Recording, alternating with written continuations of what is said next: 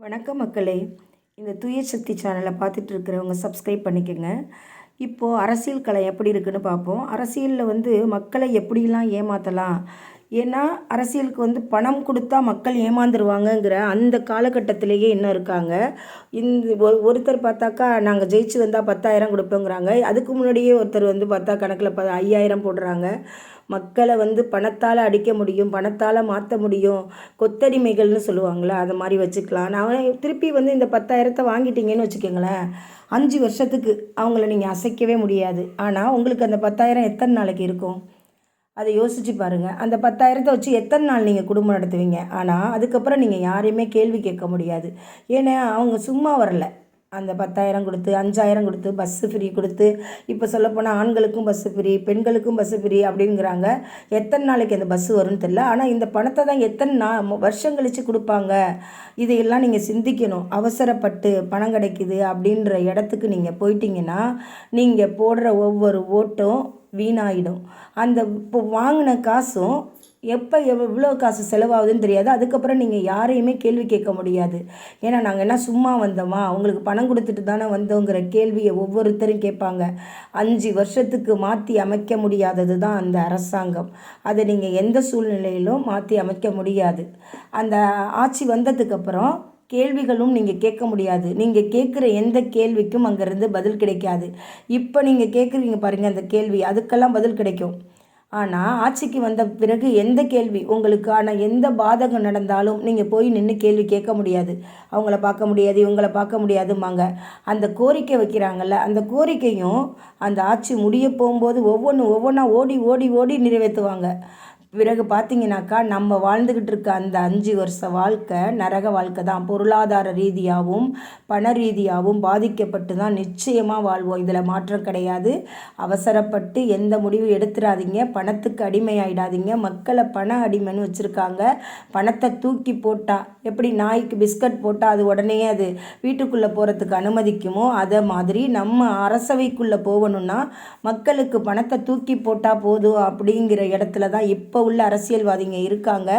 அதில் நேர்மையாக அரசியல் பண்ணலாம் அப்படின்னு வர்றவங்களுக்கும் என்னென்ன கெட்ட பெயர் உண்டு பண்ண முடியுமோ அவ்வளோ கெட்ட பெயரையும் உண்டு பண்ணுறாங்க. ஏன் கேவலமாக அவங்க ஃபேமிலிக்குள்ளேயே போகிற அளவுக்கு வந்துட்டாங்க. அந்த ஃபேமிலியை எடுத்து போடுறாங்க. யார் வீட்டில் பிரச்சனை இல்லை, ஒவ்வொரு வீட்லேயும் எல்லா வீட்லேயும் பிரச்சனை இருக்குது. அதை எல்லாரும் புரிஞ்சிக்கணும். அடுத்த வீட்டை எட்டி பார்க்குறது நம்மளோட வேலை கிடையாது. ஒருத்தருக்கு கருத்து வேறுபாடால் என்ன பிரச்சனைகள் வேணாலும் வரலாம். அதனால யார் பணம் கொடுத்தாலும் தயவு செய்து ஏமாந்துடாதீங்க. இதில் பார்க்க போனாக்கா பெண்கள் ஓட்டு அதிகமாக இருக்குது விஜய்க்கு அப்படின்னோன்னா ஒரு 4-5 அல்லு சில்லுலாம் நிற்கிதுல, அதிலெல்லாம் இறக்கி விட்டு பெண்களை பற்றி பேச வச்சு அவங்கள பெரிய ஆளாக்குற மாதிரி காட்டிக்கிறாங்க. அவங்க எதுக்கு பேசுகிறாங்க? தான் செய்கிற தப்பை மறைக்கிறதுக்கும் அவங்க பதவிக்கு ஆசைப்பட்டு பேசிக்கிட்டு இருக்காங்க. அந்த பதவி கிடைச்சா போதுங்கிறதுக்காக விஜயை தாழ்த்தி பேசினா தனக்கு பணம் கிடைக்கும். அவங்க அப்போ தானே ஆடம்பரம் பண்ணிக்க முடியும். அந்த ஆடம்பரத்துக்கு தேவையான காசை கொடுக்குறாங்கல்ல, அதுக்காக யாரை கேவலமாக பேசலாமா பேசிக்கிட்டு இருக்காங்க. இது விஜயகாந்த் அவர்களுக்கும் நடந்துச்சு. அதே இது அரசியல் இப்போ இன்னைக்கு தளபதி விஜய்க்கும் நடக்குது. தயவு செய்து நல்லா புரிஞ்சுக்கங்க. நான் பார்த்த வரைக்கும் டிவியில் எல்லாருமே புரிஞ்சு தான் இருக்கீங்க. யாருமே பணத்துக்கு மயங்கின மாதிரி தெரியல. எல்லா பெண்களும் இறங்கி அடிக்க ஆரம்பிச்சிட்டாங்க. அதனால விஜய் தைரியமாக இருக்கலாம். விஜய் அவர்களுக்கு என்னைக்கு இருந்தாலும் பெண்களோட ஆதரவு நிச்சயமாக இருக்குது. என்ன வேணாலும் கெட்ட பேர் சொல்லட்டுங்க, அது உண்மையா? இதுவரை வராத கெட்ட பேரை புதுசாக சொல்கிறாங்கன்னா அது நம்ம புரிஞ்சிக்கணும். எந்த சூழ்நிலையிலும் இதுவரைக்கும் செய்யாத தப்பை புதுசாக யாரும் செய்ய மாட்டாங்க. அவர் எல்லாத்தையும் விட்டுட்டு நம்ம மக்களுக்காக வாழணும், இனி நம்ம வாழ்க்கையில் எதுவுமே இல்லை அப்படிங்கிற காலகட்டத்துக்கு வந்த ஒரு மனுஷனை தேவையில்லாமல் அடித்து அவமானப்படுத்துகிறாங்கன்னா அதை நீங்கள் புரிஞ்சிக்கணும். இன்னொன்று, பணத்தை கொடுத்து ஏமாத்துற எந்த கட்சிக்குள்ளேயும் போயிடாதீங்க. பணம் கொடுக்கல, இவர் வந்தால் இதை செய்ய மாட்டார் அதை செய்ய மாட்டாருன்னு நினச்சி தவறாக எண்ணம் போடாதீங்க. உங்கள் கையில் எப்பொழுதுமே பணம் இருக்கிற மாதிரி விஜய் அவர்கள் நிச்சயமாக செஞ்சு கொடுப்பாங்க. அதை நம்ம நம்புவோம். அதனால் நீங்கள் எந்த சூழ்நிலையிலும் மாறாமல் விசிலுக்கு போய் பாருங்கள். விசில் சின்னருக்கும் அதுக்கு ஓட்டு போடுங்க. விஜய் அவர்களை ஜெயிக்க வச்சு நம்ம தமிழ்நாடு நல்லா இருக்கணுங்கிற ஒரு கண்ணோட்டத்தோடு தான் நம்ம வாழணும். அந்த இடத்துலேருந்து யாரும் மாறிடாதீங்க. ஏதாவது ஒரு கட்சிக்கு போட்டுட்டு தயவு செய்து புலம்பிக்கிட்டு இருக்காதீங்க, அதை ஏற்றிட்டாங்க இதை ஏற்றிட்டாங்கன்னு. தட்டி கேட்குறதுக்கு தைரியம் இருக்கிற எந்த கட்சி இருக்கோ அதுக்கு மட்டும் போடுவோம்.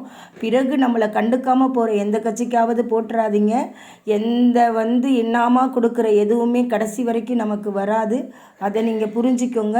விஜய்க்கு ஓட்டு போடுங்க. நான் விஜய் கட்சி அப்படிங்கிறதுனால இதை பேசுகிறாங்க அப்படின்னு மட்டும் நினச்சிடாதீங்க. நம்ம தமிழ்நாட்டை இதை மாதிரி நீங்கள் செஞ்சீங்கன்னா காப்பாற்ற முடியாது.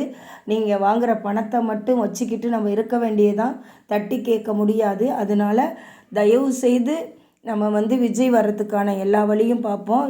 யார் விஜய்க்கு அவப்பெயர் கொடுத்தாலும், குடிச்சிட்டு வந்துட்டார், பெண்களோட தொடர்பில் இருக்கார் அப்படின்லாம் சொன்னாலும் நம்பாதீங்க. அது உண்மை கிடையாது. அதை நிரூபிக்கிறதுக்கான தகுதியும் யாருக்கும் கிடையாது. ஏனென்றால் வாழ்ந்துட்டு போன கட்சியாக இருந்தாலும் சரி, எல்லாருக்கிட்டையுமே பிரச்சனை இருக்குது. யாருமே பெரிய உத்தமர் அப்படின்லாம் சொல்ல முடியாது. எல்லார் வாழ்க்கையும் நீங்கள் போய் முன்னாடி எடுத்து பாருங்கள். இப்போ முன்னாடிலாம் தெரியாது, பேப்பரில் வந்தால் தான் தெரியும். இப்போ எல்லாருக்குமே எல்லா விஷயமும் தெரிகிற அளவுக்கு இது அவங்கவுங்க கையிலேயே இருக்குது. சொல்லப்போனால் செல்லை வச்சுட்டு பார்த்துக்கலாம். அதனால் நீங்கள் அந்த ஒரு சூழ்நிலைக்கு போகாதீங்க. யார் சொல்கிற எந்த கெட்ட பேரும் யாருக்கும் கிடையாது. நம்ம எதையுமே நிரூபிக்க முடியாது. அது அவங்கவுங்க ஃபேமிலி அவங்கவுங்க பார்த்துப்பாங்க. இருந்தவங்கள்லாம் என்ன தூய்மையாக இருந்துட்டு போனாங்கன்னு கொஞ்சம் சிந்திச்சு ஓட்டு போடுங்க. நல்லவங்களை வரவழைச்சாதான் நம்ம தமிழ்நாடு நல்லா இருக்கும். இந்த சந்தர்ப்பத்தை நீங்கள் விட்டுட்டிங்கன்னா 5 வருஷம் தமிழ்நாட்டை யாராலையும் காப்பாற்ற முடியாது. நீங்கள் வாங்குகிற அந்த அது பேர் என்ன, இலவசத்தை வச்சுக்கிட்டு நீங்கள் உட்காந்துருக்க வேண்டியதான். இந்த சுயசக்தி சேனலை பார்த்துட்டு இருக்கிற நீங்கள் சப்ஸ்கிரைப் பண்ணிக்கோங்க.